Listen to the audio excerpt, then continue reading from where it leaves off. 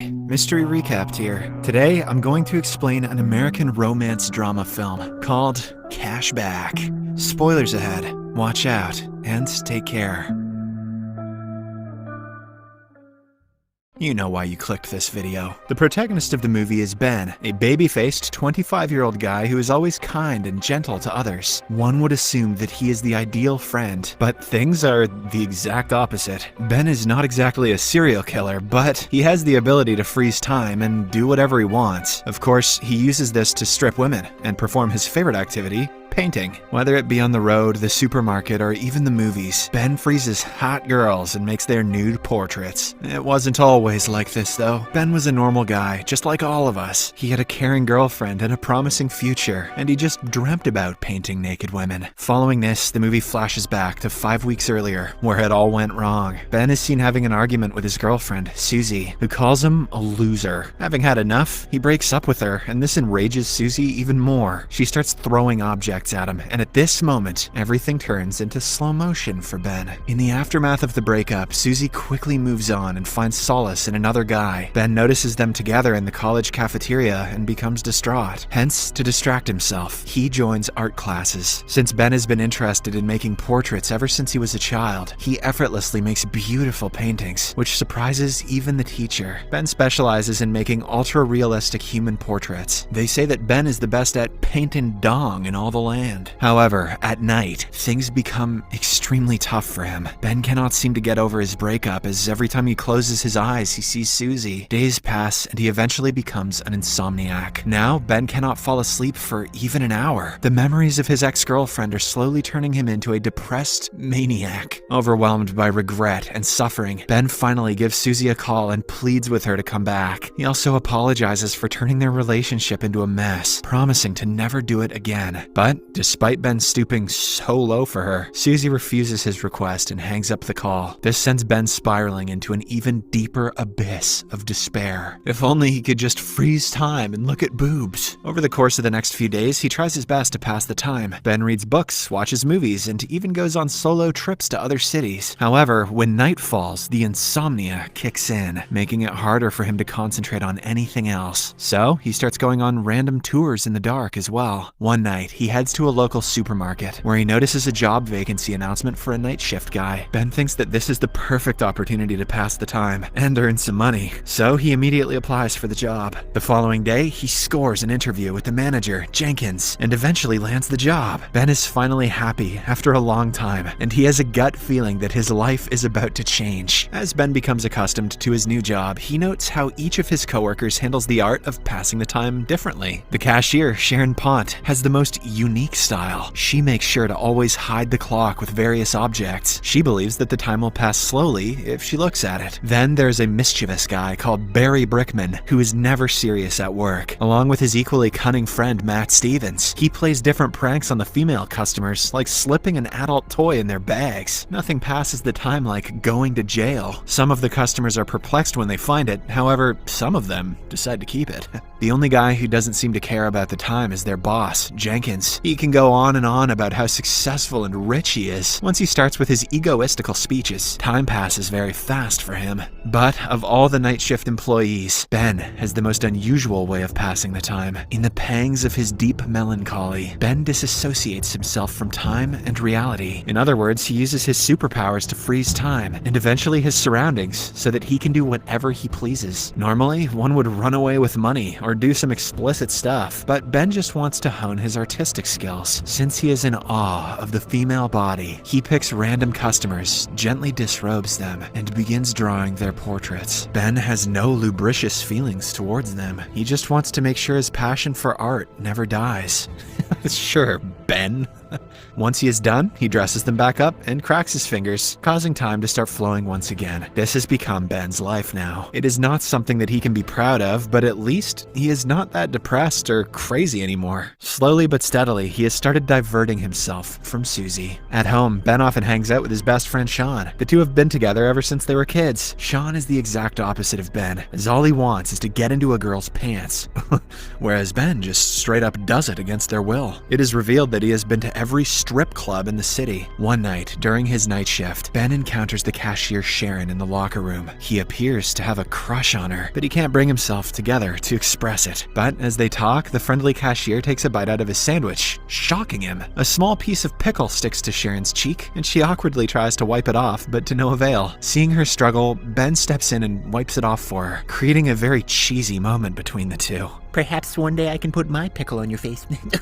That's not what it came out wrong. After a while, Sharon decides to leave and heads towards the door. Ben wants to freeze the moment and live in it for a week. But by the time he comes to his senses, Sharon is already gone. After a while, as he is going about his work, Matt suddenly pops up from one of the stalls and reveals that he is going to the movies with Sharon. This devastates Ben, and he wonders why he is so unlucky. He then recalls his school days where he fell in love for the first time. She was the smartest girl in the class, whom everyone used to like. One day, she got into an accident and sprained her arm, because of which she had to wear a heavy cast. Every day, her classmates used to write encouraging stuff on it to make her feel better. Ben also wanted to write something, but he was too nervous to even get near her. Unfortunately, his reluctance cost him the opportunity, as a few days later, the girl removed her cast. Everyone was happy to see her all recovered, but when they noticed that she had grown some hair on that arm, they started making fun of her. The girl eventually starts crying, and this is when Ben decides to swoop in. He takes her to a corner and consoles her, saying he will be there with her no matter what. Soon the two become good friends and eventually lovers. One day, the girl suddenly approaches Ben and inquires if he wants to kiss her. Without thinking twice, he says yes, and the two agree to meet at their favorite spot on the weekend. Ben is elated that he is going to kiss a girl for the first time. He loses his sleep for the next few days, and when the weekend finally comes, he arrives at the spot early. He waits for the entire day, but the girl doesn't arrive, breaking his heart. The following day at school, Ben finally learns that the girl has been relocated to another city with her parents. This is the first time he felt helpless and depressed. Back in the present, Jenkins gathers all his employees and tells them that they are going to play a friendly football match with his friends. Ben and the others don't want to play, but they have no other choice. During the match, the supermarket team loses heavily, as it is clear that none of them knows how to play. The opposition team ramps up the score with goal after goal, making it 26-0. When Ben has had enough, he freezes the time and heads to the locker room to relax. Suddenly, a guy unfreezes himself and runs out. This reveals that Ben is not the only person who has acquired this ability. After a while, he heads out and snaps his fingers, allowing time to revert back to its original form. In the heat of the moment, Matt kicks the ball so aimlessly that it ends up hitting Jenkins in the face. He is immediately rushed to the hospital, and all the other teammates go home, leaving Ben and Sharon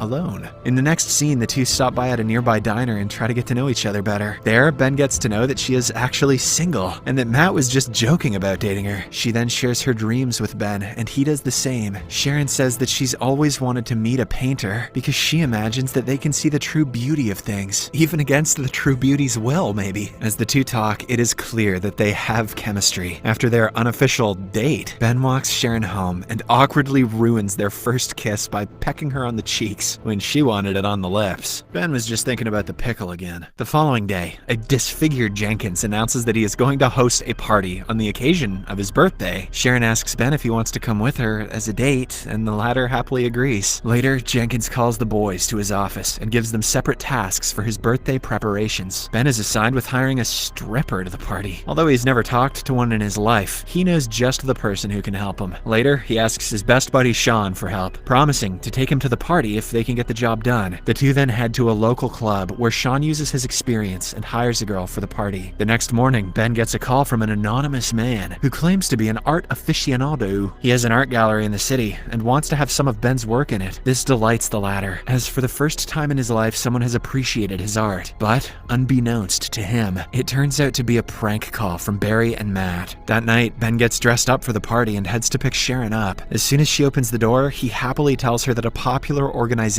wants to display his artwork. Sharon wholeheartedly congratulates him, and soon the two head to the party. When they arrive, the party is already underway. Sean is being rejected by a girl. Matt and Barry are dancing like sociopaths, and Jenkins is on the DJ. Just then, Barry notices his ex-girlfriend Susie among the attendees. It turns out she is Jenkins' brother's girlfriend. Soon the stripper arrives and heats up the party. In particular, Sean forms an instant connection with her. Meanwhile, Ben heads to the bathroom where he comes across Susie. movie. Wasting no time, she expresses that she wants them to reconcile and become a couple again. Ben, of course, doesn't want it because he has already met the love of his life, but the crazy girl keeps on insisting. Out of the blue, she even kisses him forcefully. Ben immediately pushes her back, but when he turns around, he realizes that Sharon witnessed the whole incident. Ben tries to explain that it's not what it looks like, but the innocent cashier leaves without hearing a word. After a while, Ben goes straight to Sharon's apartment and tries to explain everything to her, but she is too blinded by her anger. When she starts hurling obscenities, Ben gets upset and leaves. Due to the breakup, he once again spirals into his world of depression and insomnia. The only thing he looks forward to is his appointment with the supposed art gallery company which had called him. In the next scene, the day finally arrives, and Ben goes there with some of his best artwork. As expected, the gallery owner denies making an appointment with him, making Ben realize that he has been pranked. But just as he is about to leave, the owner notices some of his sketches of Sharon and asks to have a look. Unsurprisingly, he likes them, and Ben is offered a night to display his work in the gallery. A few days later, Sharon receives an official invitation to Ben's art display. Although she is angry with him, she still decides to visit the gallery. When Sharon arrives there, she is taken aback to see that the artwork there is about her. It turns out Ben stopped making portraits of other women, and he used all of his time on Sharon. She was the love of his life, and he could not stare at any other woman other than her. But how does he know exactly what my nipples are shaped like? Meanwhile, Sharon and Ben finally meet. The latter tries to explain what happened on the party night, but Sharon says that he doesn't have to. She has now realized how much he loves her just by looking at his paintings. With this, the two get closer and share a romantic kiss right in the middle of the art gallery room. In the final scene, Ben uses his powers and freezes everything. However, this time, even Sharon can move in the frozen world. The two then go out into the snow, where millions of snowflakes are suspended in the air. At last, the lovebirds kiss once more, hence ending the movie on a